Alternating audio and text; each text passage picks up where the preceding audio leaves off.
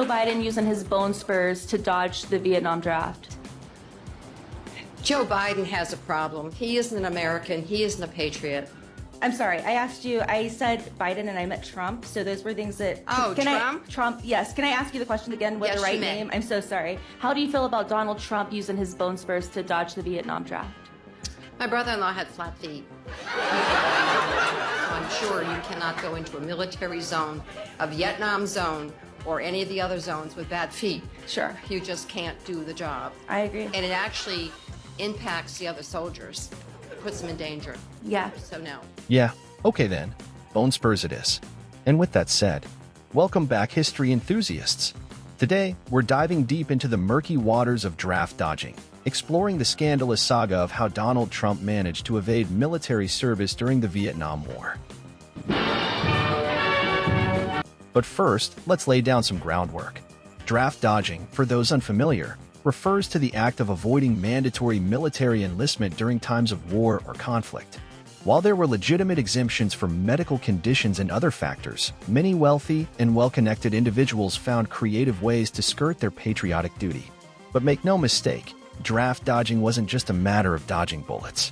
Those caught evading the draft faced serious consequences, including fines, imprisonment, and social stigma. Yet for some, the allure of avoiding the horrors of war proved too tempting to resist. Enter the Trump dynasty, a family with a history of dodging the draft that spans generations. It's no secret that Donald Trump's grandfather, Friedrich Trump, ran afoul of the law when he attempted to avoid military conscription in Germany by immigrating to the United States. Fast forward to the Vietnam War era, and Donald Trump found himself facing a similar dilemma. Despite his claims of bone spurs, a condition that conveniently spared him from service, questions lingered about the legitimacy of his medical exemption. But it wasn't just Donald who benefited from the family's connections. His father, Fred Trump, reportedly used his influence to pull strings and keep his son out of harm's way. And with siblings like Robert also managing to avoid military service, the Trump family's draft-dodging saga took on a life of its own. Now, you might be wondering how Trump managed to pull off such an incredible feat to fool the military. Well, it turns out that he received 4 deferments for education, allowing him to focus on his studies instead of serving in the military. But it was his 5th deferment, obtained in 1968, that raised eyebrows and suspicions. You see, Trump's 5th deferment was based on a medical exemption for possible bone spurs in his heels. But here's where things get murky. Notice what Trump was doing during that time? He could obviously do these things. And there was a distinct lack of evidence to support the severity of Trump's alleged condition. In fact, some have speculated that the diagnosis by Dr. Larry Braunstein, whose office used to be located here, was nothing more than a convenient excuse cooked up for Trump and his family to keep him out of harm's way. And this was obviously financially beneficial to Braunstein for giving the diagnosis. He was also renting his office from the Trumps. Figure that one out. But with that, the plot thickens even further when we consider Trump's own statements on the matter. Not able to serve in Vietnam because of a bone spur condition in your feet. Do you wish you'd been able to serve? Would you like to have served your country? Well, I was never a fan of that war, I'll be honest with you. I thought it was a terrible war. I thought it was very far away. Nobody ever, you're talking about Vietnam, and at that time, nobody ever heard of the country. Would you like to have served generally, perhaps in another... I would not have minded that at all. I would have been honored, but I think I make up for it right now. Look, $700 billion I gave last year, and then this year $716 billion. And I think I'm making up for it rapidly because we're... In parts of the rest of that 2015 interview, Trump claimed that his bone spurs were temporary and minor, raising doubts about the legitimacy of his medical exemption.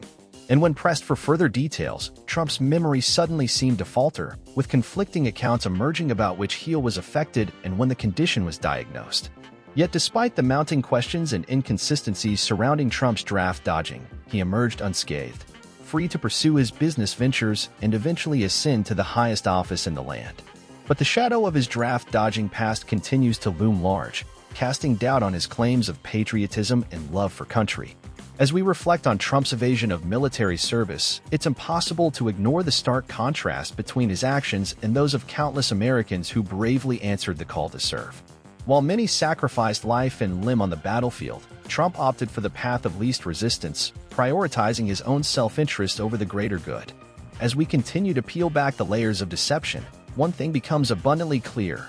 Donald Trump's draft-dodging exploits weren't just a product of privilege. They were a glaring example of hypocrisy and injustice that reverberates to this day.